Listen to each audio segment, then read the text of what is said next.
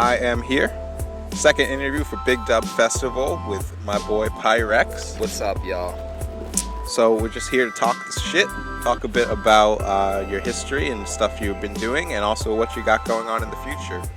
So tell people a little bit about yourself. You're a Massachusetts-based producer. I would describe your music best as in like trip hop and bass music with a focus on just melody and like progressions and arrangement in that sense.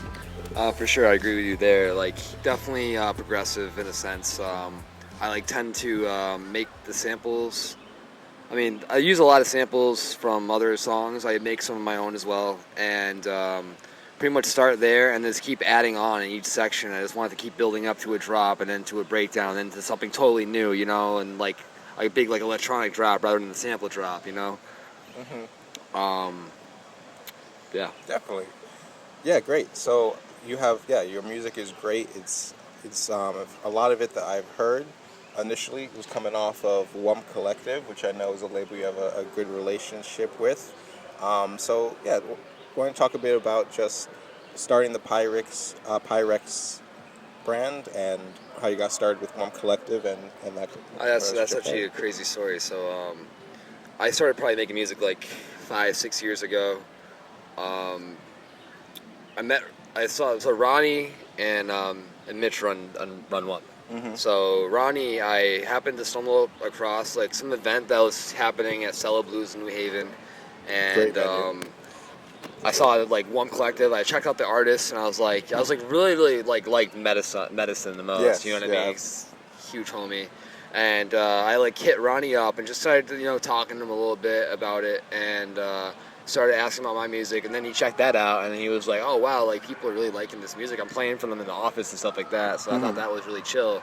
And before you knew it, he asked me to join WUMP, and same with my buddy Dave Coleman, who used to be my drummer back in the day. So I grew up with them, they happen to be all like New England homies too, so which is cool too.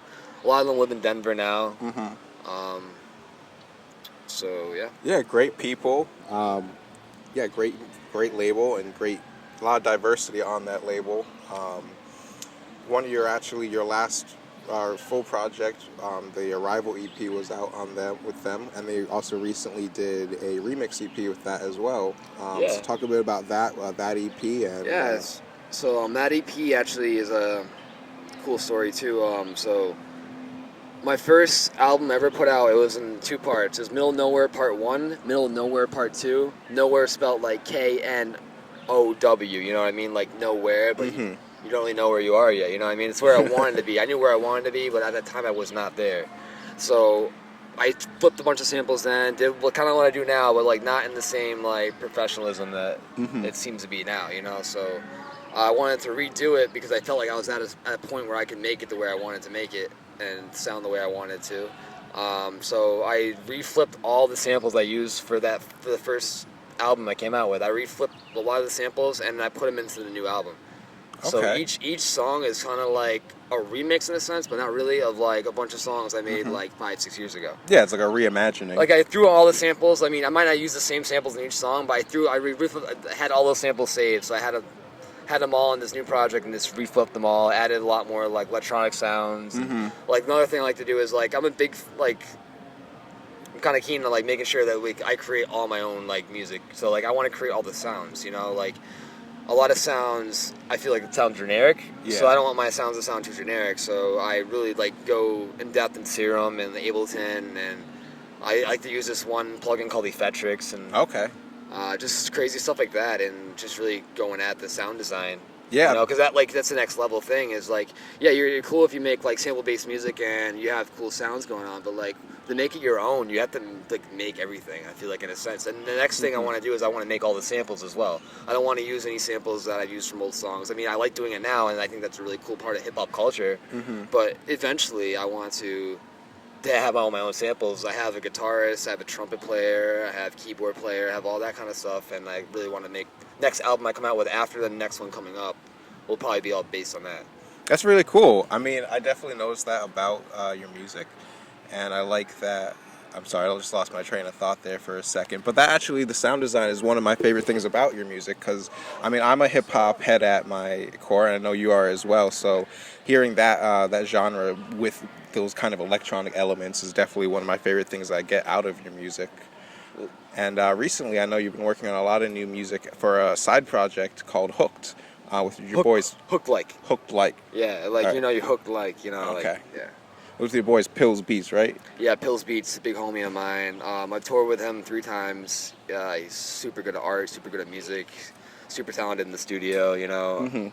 Super nice dude all around. But yeah, so I have a new project with him called Hook Like, and it's a little bit heavier than the Pyrex project, you know. A little bit more electronic bass, but it's cool too, you know. Nice. So yeah, talk a bit about your approach with that collab project. How is it different from the way you put music It's together? a little bit different in the sense that it's a lot more electronic based rather than sample based. Okay. But also, like, I started listening to some, like, Pills Beats got introduced me to, like, a lot of good music, like Cone Sound and Culprit and Hudson Lee and stuff like that, and Vorso. And, like, that type of music is kind of like we're going through with, like, Hook Like, in a sense. Nice. You know? No, I like Vorso. That weird, like, I don't know, like, funky, slow bass. I don't know how to describe it exactly, but it's, like, liquidy and funky, and it's dope, you know? No, it's definitely just fucking. Yeah, it's just good music. In general, yeah, That's for good. sure. So, like, yeah, what we started off with that is we really wanted to make Hook Like kind of pop out in the beginning. So when we released our first 2 songs, we promoted them pretty well, and then we started off with a tour. So we went on tour we had like 8 shows on the West Coast, and we kicked it off with Hook Like headlining, and Pyrex and Pills Beats opening up for Hook Like. Okay. And we thought that was a good branding strategy. And Yeah. it seemed like it was. Like, we had good turnout on all the shows for the most part. And each part of the show was distinctly different because of the way your approaches are with music. For sure, yeah. Oh, yeah. Oh yeah. So speaking of shows, I know last year you actually started the production company Be.Different, which is based out in Mass, and you've been doing shows with them. So talk about that and what you can expect from you guys in the future. Be.Different pretty much just started out as, like, I just wanted to bring some of my homies, you know, I met across the U.S. in the music scene. I wanted to bring them to my hometown or, like, somewhere around me and give them the opportunity to tour and then help them out with our shows. And so I started that company to help bring my friends over here and make sure they're getting paid for what they're doing, you know? So even if I'm losing money in the end, it doesn't matter as long as my homies are getting paid and they return the favor, you know, it all goes around. Hell yeah. No, So that's what this scene's all about. I mean, I've taken a little hiatus of doing shows that Be Different right now just because I'm in a little financial trouble, but hopefully soon, you know, I'll be back on top of my game and I'll be able to throw some more shows. But I understand that, and plus, it's great that you have that passion there for the community and for giving back to other artists, because honestly, that's how we all survive. Yeah, exactly, yeah. We're all artists just trying to give love and receive love, you know? Absolutely. So speaking of, recently you actually signed with management under the regional beatboxer Honeycomb, which, you know, you're one of a few artists, right? Or yeah, there's there's some bigger artists on the label. Tony O'Sagan. I don't know if a lot of people have heard of him, Problematics, a big rap group from back home. Tony O'Sagan, he's been doing his own thing lately. He produced the whole album, and he just released an album. nice. And he produced the whole thing. It's killer. It's an awesome album. Oh yeah. So talk about that relationship with Honeycomb, how that got started, and then what we can expect from you guys working together. So Honeycomb I met through my buddy Sean Byrne. One of my best friends I met in the music scene so far. Unfortunately, he passed away, but I met Honeycomb through him, and I still maintain a good friendship with Honeycomb. He's one of my good homies. He's a good guy. He really just wants to help other people out, and he started this whole label just to help all of his friends out, you know? So all of us under the label, he just sees this hope and, you know, like, give us faith, you know what I mean? Just wants us to move on and help us out. Yeah, no, team building and just Exactly. all working together. Plus, I mean, like, the cool thing with the Gable is, like, he's already has his foot in the door a little bit, you know what I mean? So he can kind of get our foots in the door. So in the end, I think it will work out.